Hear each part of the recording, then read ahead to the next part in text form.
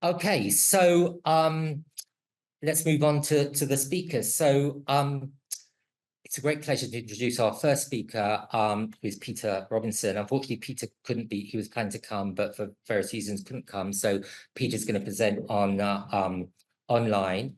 So Peter is a key leading member of the Monarch Initiative, which you'll probably hear about. He's also the holder of the Alexander von Humboldt Professorship of Artificial Intelligence at the Berlin Institute of Health at the Charité University Hospital. Peter's got a background in maths and computer science as well as medicine, and he trains as a pediatrician, and he's got a long research career, including quite a lot of gene discovery work, but his particular contribution, particularly relevant today, has been in the development of HPO, and he's kind of led a group that has worked on the development of HPO, which you'll hear all about, and in terms of its applicability. So hopefully Peter is online, I can see, and hopefully you can hear all right. So I'll hand over to Peter, and Peter's going to hopefully give us a kind of an overview of HPO, and if we've got time for questions at the end, we'll look at those. So over to you, Peter. Thanks very much. Thank you very much. I'm terribly sorry I can't be there. Had sort of a childcare issue, and I also managed to get a sinusitis last Sunday, so I've been on antibiotics since Monday. I think my voice is reasonable though. And so if anybody does have any questions that normally we would have discussed over coffee or beer, please feel free to reach out by email. So I'll just jump right in. So yeah, this is the Charité Hospital. Been working there now for quite some time, and just came back after a 7-year stint in the USA to the building that's next to the Charité Hospital in the middle of Berlin. The building that you see right in front of it is called Berlin Institute of Health. It's quite a nice place. Please do come and visit if you're in Berlin. So what I'd like to talk about today is just to some of this will be review for many of you, and I beg forgiveness if tell me to speed up if everybody is rolling their eyes. But my goal is to introduce the major algorithm. How does HPO work? Why is it actually useful for genomic diagnostics? And also to introduce the range of applications that HPO has been used for, including two sort of unpublished things that might be of interest to your hospital. I'd like to emphasize now that HPO has always been a very collaborative project. I've been, I would say, blessed. I don't use that word often or lightly, to collaborate with Damien and Jules. And so Jules is, I think, coming up right after me. So this was the situation before HPO. And I'm exaggerating slightly, but we all look at this and know that both of these objects are footballs, but they're not quite the same. And the situation is similar with many words in medicine. So fibrillation, the one on the left is can be a manifestation of some neuromuscular disease. The one on the right can kill you, so you better hope that there's an anesthesiologist sitting next to you if that happens. And again, they have the same word, but they're not quite the same thing. On the other hand, for many concepts in medicine, there are 2 or sometimes even 20 synonyms, as we've seen over the course of the HPO project. And so for the computer, these 4 phrases are not the same thing unless we help the computer to recognize that. As physicians, we know that they are the same thing. And so ontologies are one way of dealing with that. Ontologies actually have 2 main use cases. One is dealing with terminologies. The other is acting as a sophisticated computational model. I'm planning on trying to explain both of these main use cases for ontologies. But first of all, an ontology is a way of describing the objects of a domain. Um, so you have a list of terms. We say terms when we say that, we mean concept or item. And so, but that would just be a terminology. You get an ontology if you define the relationships between those items. So I'll be talking about the HPO ontology, obviously, in detail. What we see here goes beyond that. It's a knowledge graph. So the HPO terms are the orange ones, the anemia, thrombocytopenia, and so on. But they're connected to items from other ontologies. So Fanconi anemia has phenotype. So that's an ontology term, for instance, from the Mondo ontology. Um, Fanconi anemia also has subclasses, genetic subclasses, as you all know, roughly 20. They are caused by variants in genes. The genes can be represented by ontology terms, and each of the genes has a range of functions, usually in chromatin biology for this disease. The disease can be influenced by environmental exposures, as we see on the left. And we can also relate different diseases to subtypes of the phenotypes, and so on. So this is a knowledge graph, and actually the way that the HPO software works is by combining several of ontologies into a knowledge graph like this, in order to do differential diagnostics and other things. So the HPO itself, we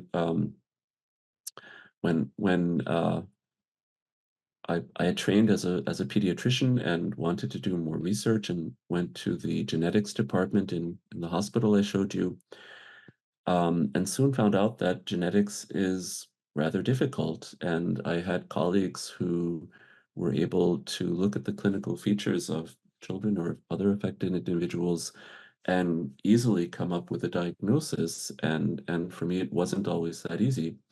And so I began using various existing computer programs such as London Dysmorphology Database, which is an amazing resource, but it wasn't very helpful for me because it had a very limited number of terms, such that there were many things that I wasn't able to enter. When you entered two terms, you would often get several hundred uh, candidate diagnoses, and they were not ranked according to any probability. If you entered three terms, sometimes you would kind of get an empty set and there would be nothing left.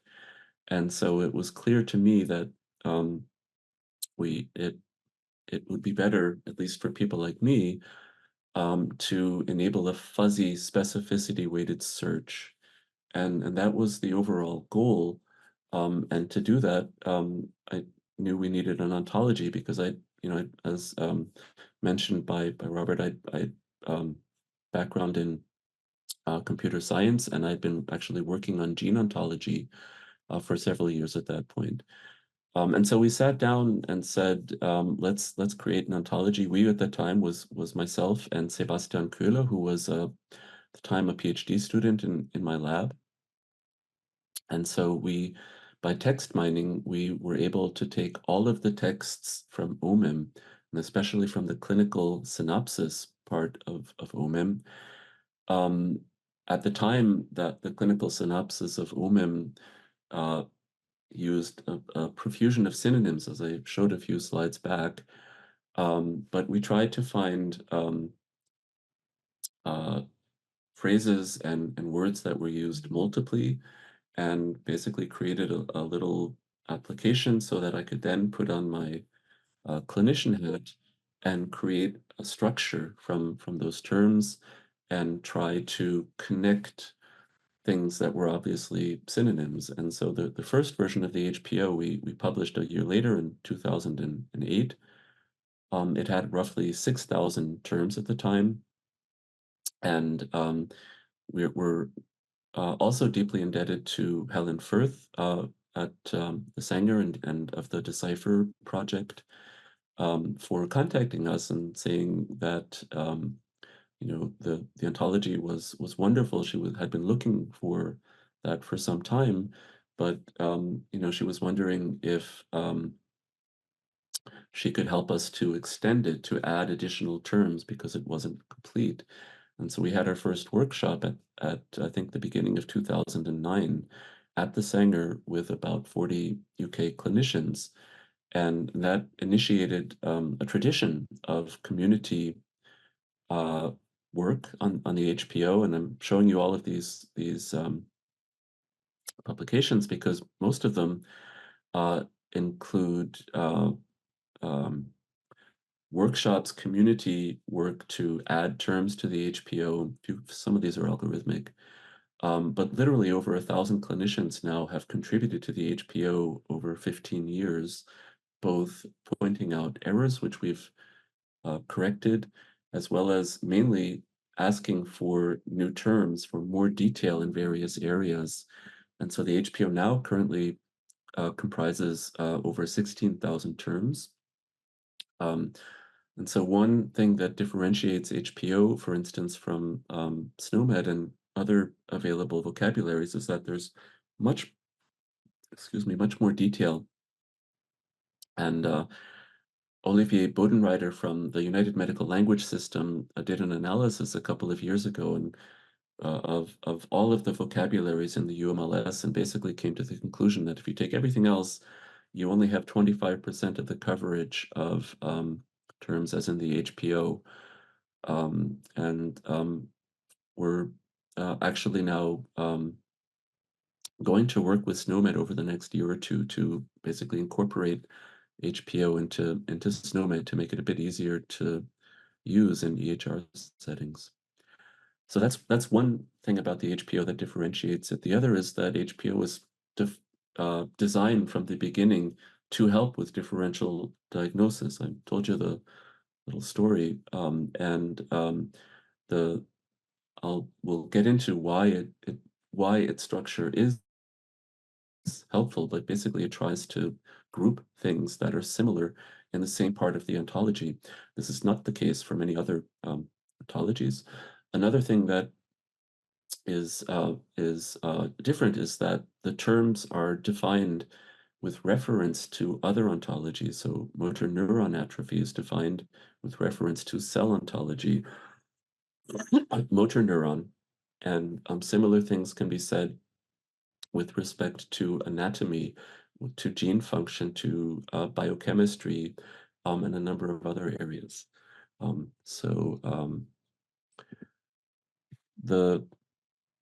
So there's two use cases for ontologies. One of them is data exchange and just naming things. So I always show this picture in case your French is rusty. It says, "This is not a pipe."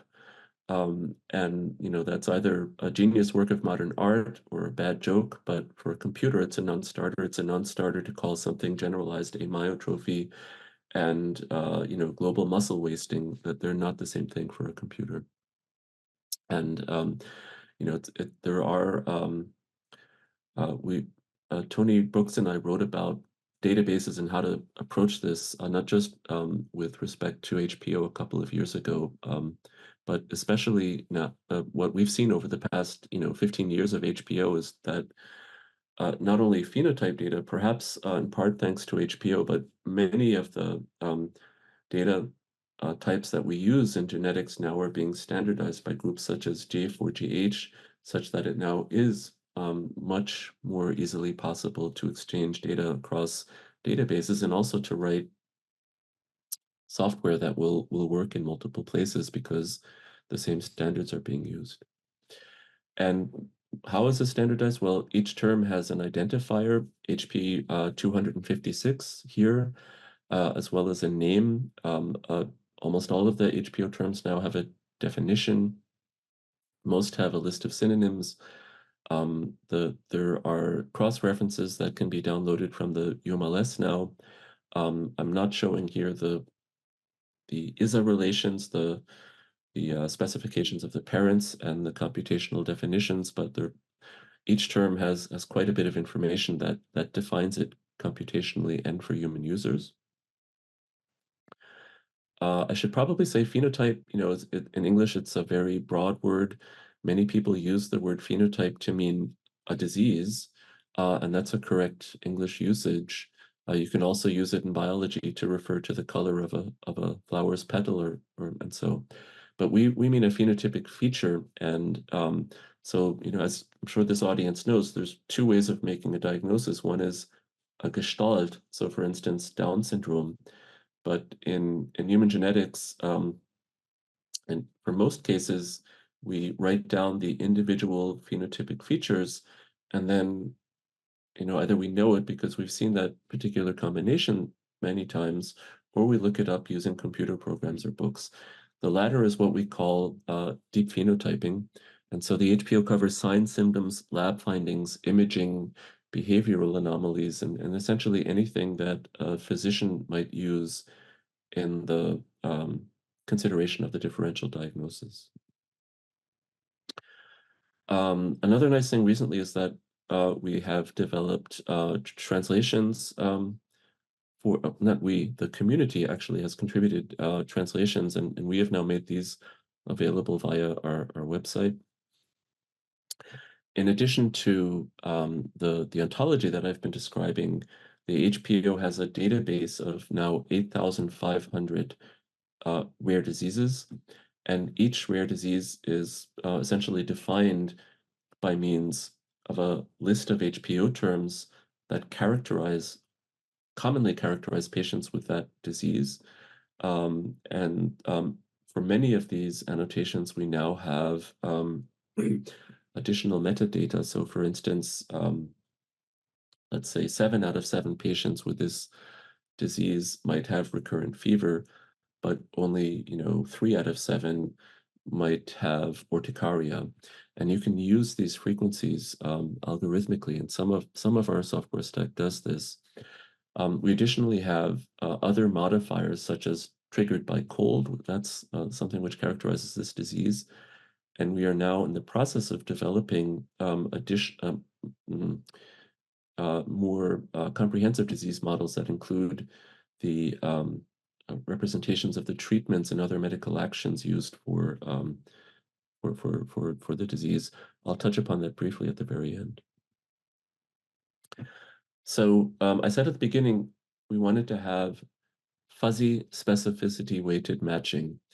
And again, this is what we're trained to do as physicians. We don't think of it that way. We don't think that we're actually using a kind of sophisticated Bayesian statistics in almost everything that we do.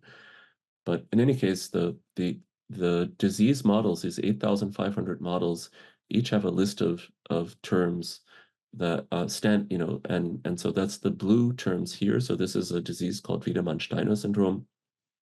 And actually, there are roughly 40 such terms. We're showing a subset here. We saw these two children in Berlin. The girl on the left came a few weeks after the boy on the right. We didn't recognize the disease. We didn't actually even recognize that they had the same disease until we did the analysis described here. And we see that there's sort of a fuzzy match. So in the literature, affected people have short toe. The boy had long toe. In the literature, affected individuals have short middle phalanx of finger. The girl had cone-shaped epiphysis.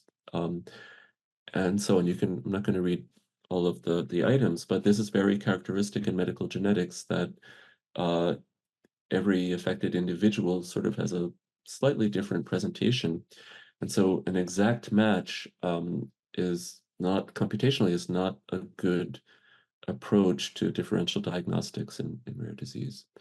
The other thing to say is that intellectual disability is quite common in rare disease, so it's not very specific. On the other hand, something like blepharophimosis is much more specific, and so that should be weighted more highly than intellectual disability. That's not shown here in the figure, but that's how most of the HPO software works. I'm gonna get a little mathematical. I'm I'm going to be talking, I hope, in an intuitive fashion. Please interrupt me um, if that's not the case. And you don't need to understand all of the math to understand what I'm saying. But one of the things that we have to do to turn that ontology into a computational tool is to provide numbers that the computer can work with. The computer obviously has no intuition, so we need to create a number for everything. And the first thing is, how specific is any HPO term?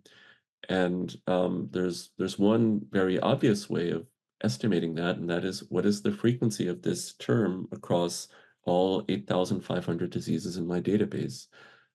That would be the raw frequency. So for instance, if I'm just going to switch to saying 10,000 diseases to make it easier to explain, but if 1 out of 10,000 diseases has a certain HPO term, then its frequency is 1 divided by 10,000.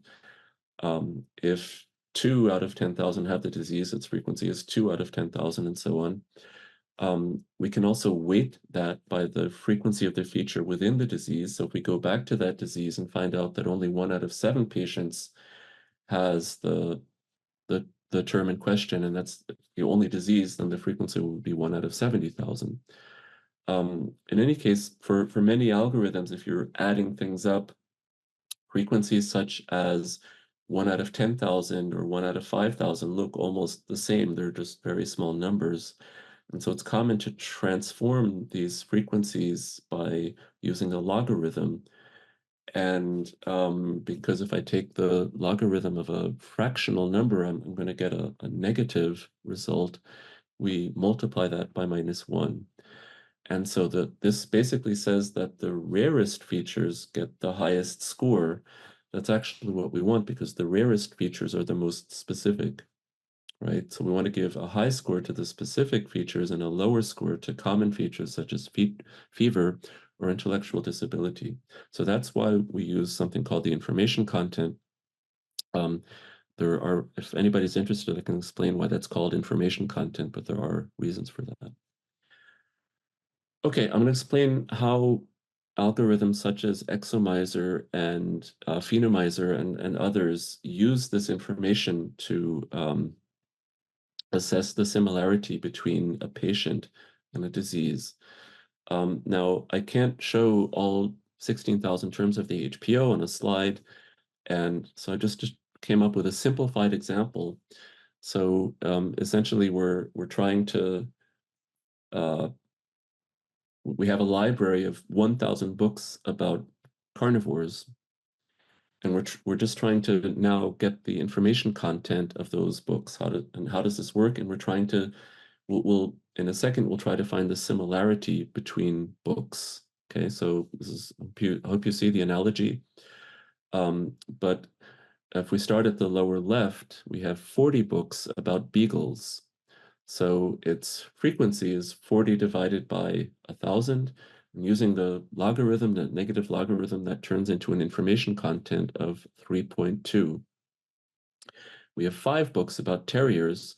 Its information content is 5.2, so it's higher because it's rarer. So if we close our eyes, go to the bookcase and grab a book, it's pretty unlikely that it would be terrier. So it adds a lot of information. If we know it's about terrier, we get much closer to knowing which book is it actually. So there are 5 possible books it could be, right? And now, if we want to know the similarity between 2 books, the way we implemented this in the HPO, and this is coming from an algorithm developed by a researcher called Resnick, is that we find the most specific common ancestor. And so in this slide, we see that cheetah and lion, well, they're not the same animals, but they're both big cats, right? So we can say that every cheetah is a big cat, every lion is a big cat. So this is true. And so if we're trying to find the similarity, we take the information content of their most specific common ancestor to be a measure of the similarity between cheetahs and lions. And in this case, it's 1.3. On the other hand, the similarity between wildcat and beagle is the information content of carnivore, which is 0. So now I need to explain to you, why is the information content of carnivore 0? Well, let's take a closer look at the bottom left, where I don't know if you see my mouse, but I'm looking at cheetah, tiger, and lion. So the the and let's compare cheetah with big cat. So because every cheetah is also a big cat, these 100 books go into the 250, right? The 40, tiger is also a big cat, lion is also a big cat. So in all, we have 230 books about cheetahs, lions, tigers, and lions. There are 250 books about big cat.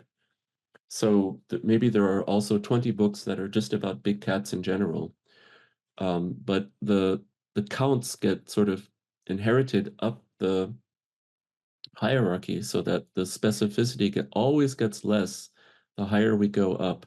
And you can imagine if this is a medical uh, hierarchy, we might have, instead of cheetah, lion, and tiger, we might have nuclear cataract, peripheral cataract, and Y-shaped cataract, and all of these are cataracts. So right, so that's how that works.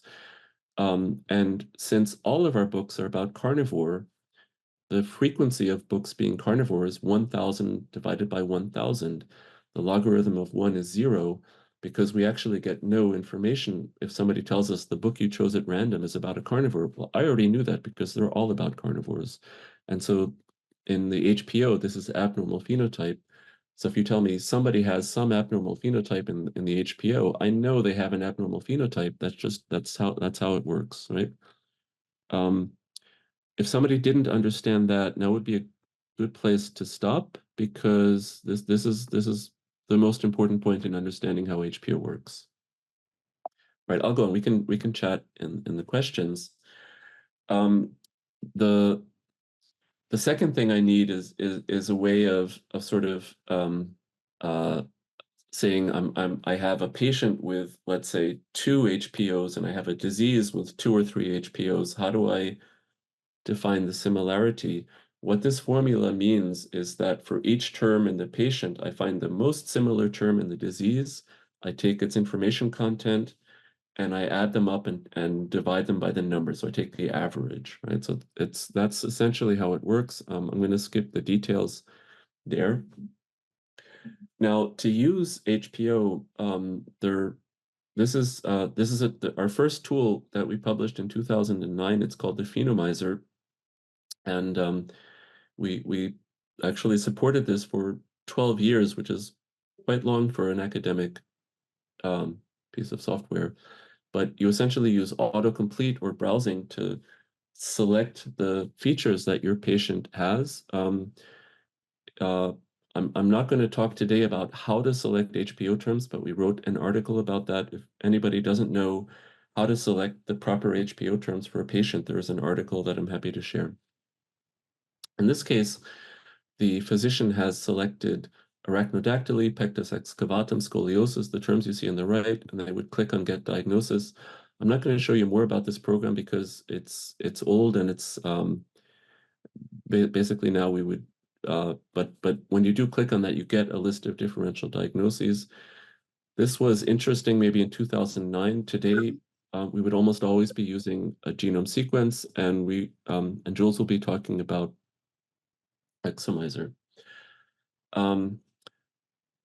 So just to mention briefly that we have recently developed an ontology called MAXO, or Medical Action Ontology, that includes treatments, but also diagnostic procedures, uh, advisory, how do you say, advisory statements, and a number of essentially any medical action that you might do for clinical management. I'm going to skip that here.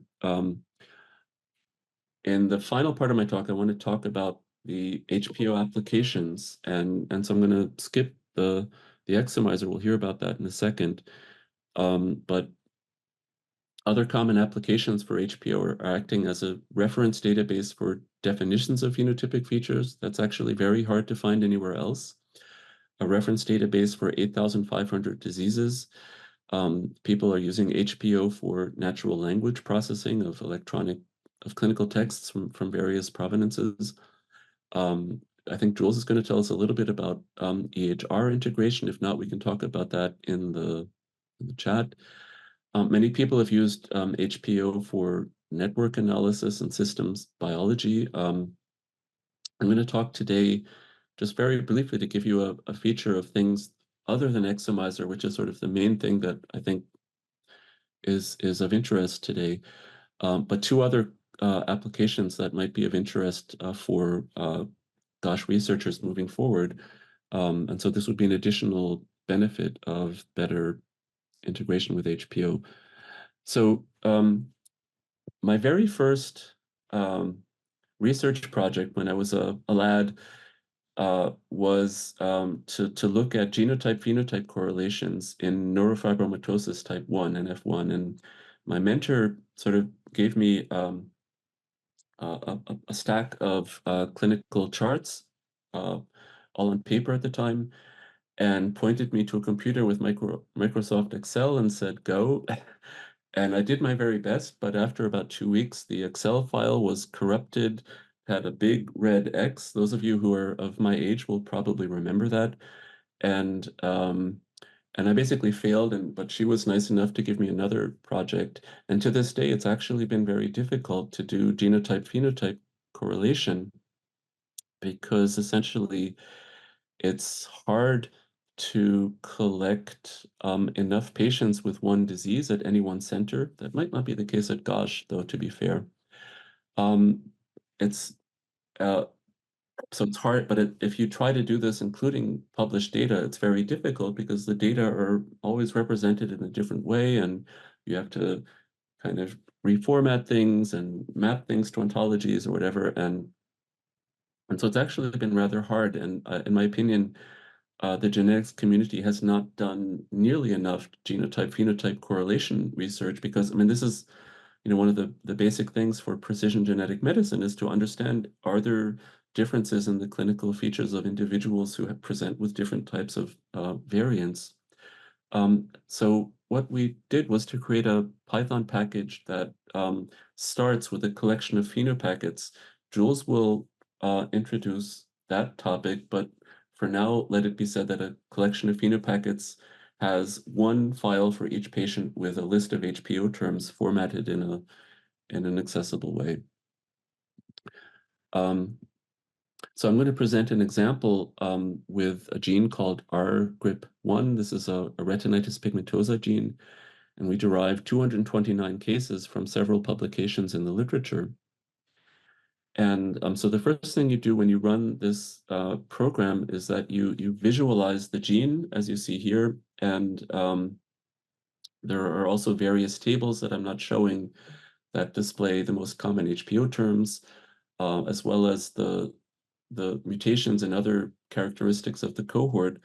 This is still a slightly preliminary software, so we're hoping to publish in a couple of months. But the colors,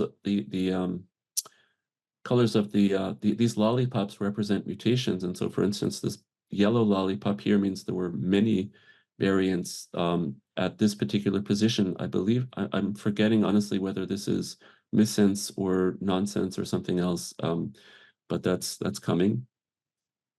This is a table that shows us, for instance, that this particular mutation here, a frame shift, was the most common in this cohort with 25 observations. In all, a little over 1/3 are frame shift variant. And so essentially, you don't have to, when you run the software, what you need to do is to decide what you want to test. So in this particular case, we looked at that and we said, oh, let's test frame shift against everything else. That's the most common, but it only makes up a certain percentage of all cases. And so in this case, those individuals with a frame shift, the yes column, 85% exhibited eye poking, 42% of individuals who had other types of mutations did, and following multiple testing correction, this was marginally significant. I would say doing this kind of analysis, this is not a result that we can trust yet, but this might be uh, uh, taken as sufficient ground to have an hypothesis that frameshift mutations might be associated with a different severity of visual impairment. Eye poking is sort of a behavioral response to the decreased input in visual input caused by basically degeneration of photoreceptors. And we have a number of results like this that were not described in the original literature. Almost always we can recapitulate the correlations that were originally published. And so this basically makes it easy. Once you have phenopackets, you can do this kind of analysis in less than an hour. Another application is stratification. So in genetics, we love to lump and split. We like to lump, for instance, with diseases such as Bardet-Biedl syndrome, where there are roughly 25 genetic subtypes that are nearly indistinguishable clinically. So we would lump them all and say these patients have Bardet-Biedl syndrome. On the other hand, some genes are associated with multiple diseases. So lamin A is associated with, I think, 12 diseases in OMIM. Here, what we're seeing here is a matrix with the similarity of individual patients. So each row and each column is a patient. So it's a symmetric matrix.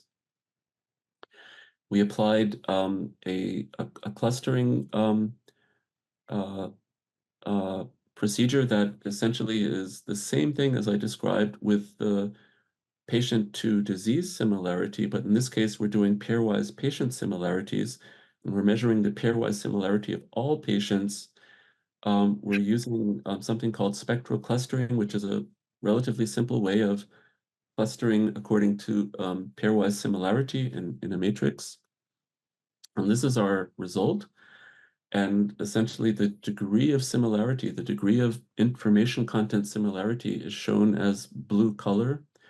And we see here that there are either 4 or 5 clusters where the eye says it looks pretty good.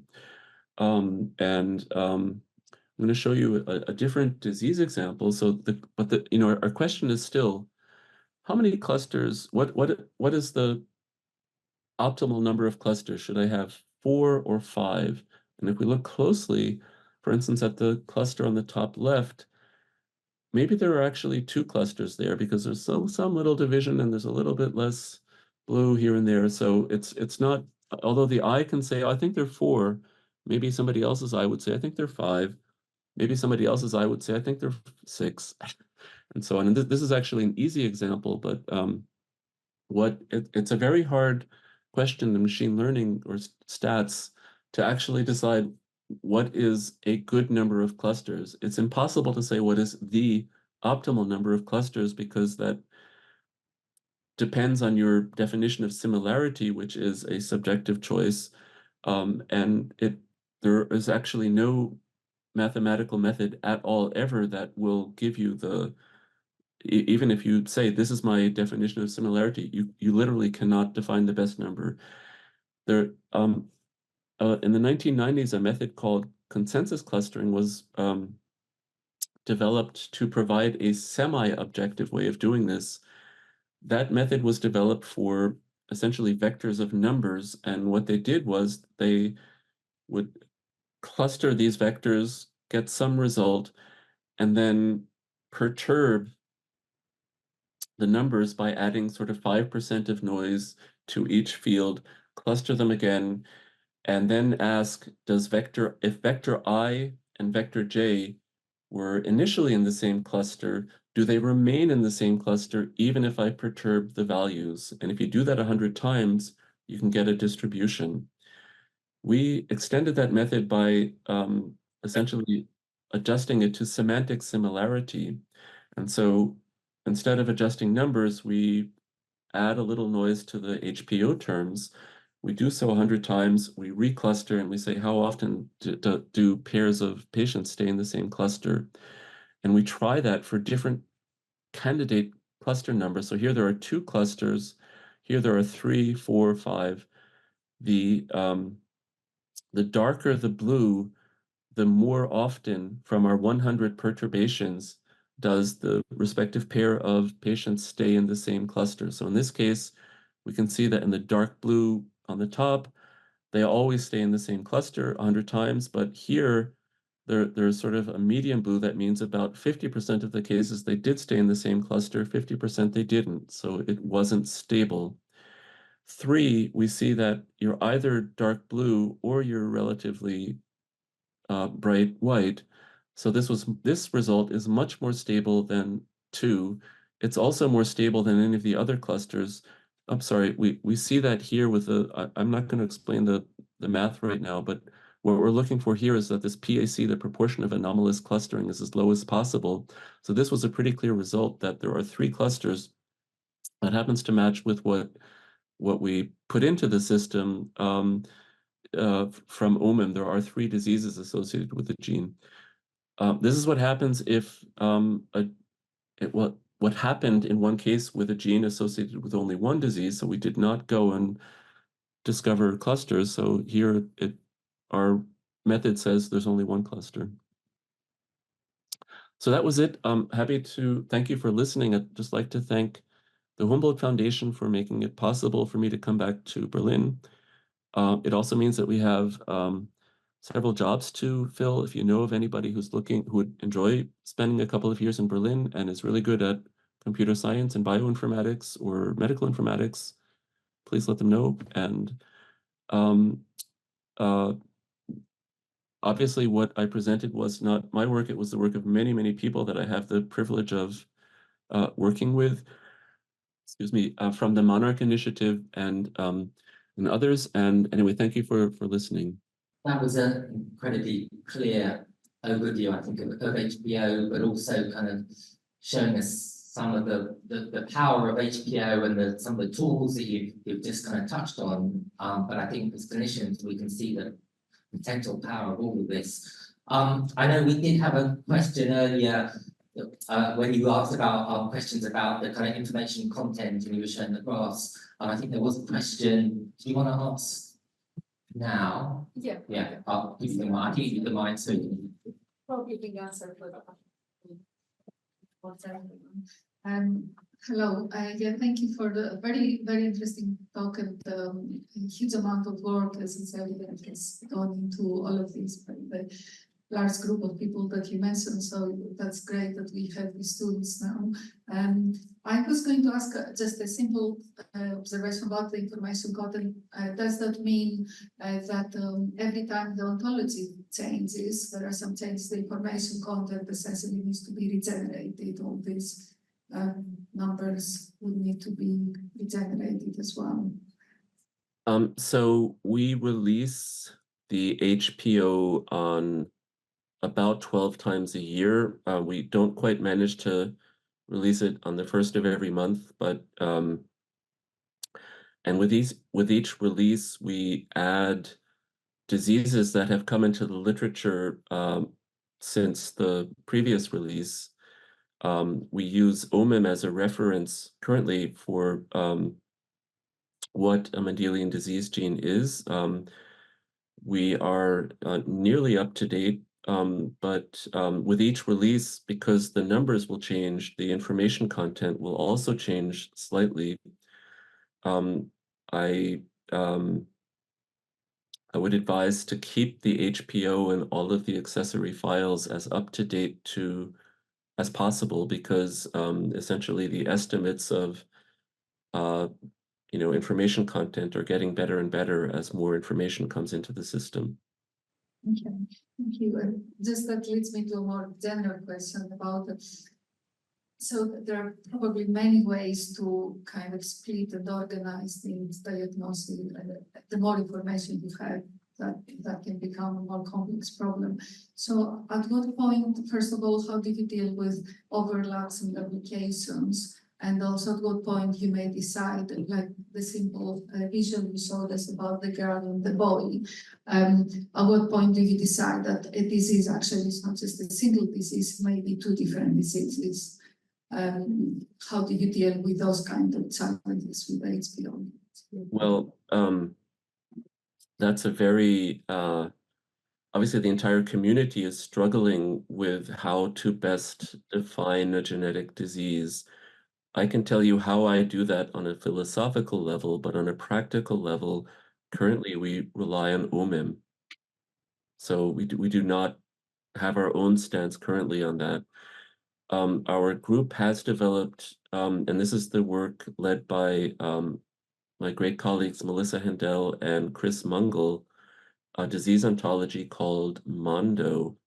Mondo has been adopted by ClinGen and many other organizations.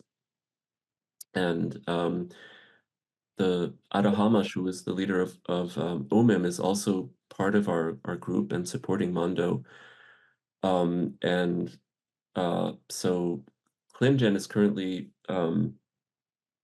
asking each of its gene-specific groups to go through this lumping and splitting procedure. I think in most cases, the result is either the same as that of OMIM or will be adopted by OMIM. But one of the use cases for the clustering software I showed would be to have a semi-objective way to flag genes and say, well, maybe experts should consider whether this should be split into two disease entities rather than one. I think as long as there's something characteristic where we can say there are two diseases, in principle, we can tailor our clinical management at least a little bit to benefit patients. And if there is no evidence for clustering, then splitting things up would just cause confusion without benefiting patients, or to use machine learning parlance, it would be overfitting with the risk of trying to apply a tailored therapy where there is actually no evidence that it's beneficial. I'm sorry, I hope that wasn't too abstract, but No, thank you. That's great. Thanks. I'm sure there are other questions, and I've got loads of questions, but I think probably just in the interest of time, we should move on to the next talk. But as I say, there should be opportunity later on in the panel debates to ask other questions. So we'll move on. Thanks, Peter.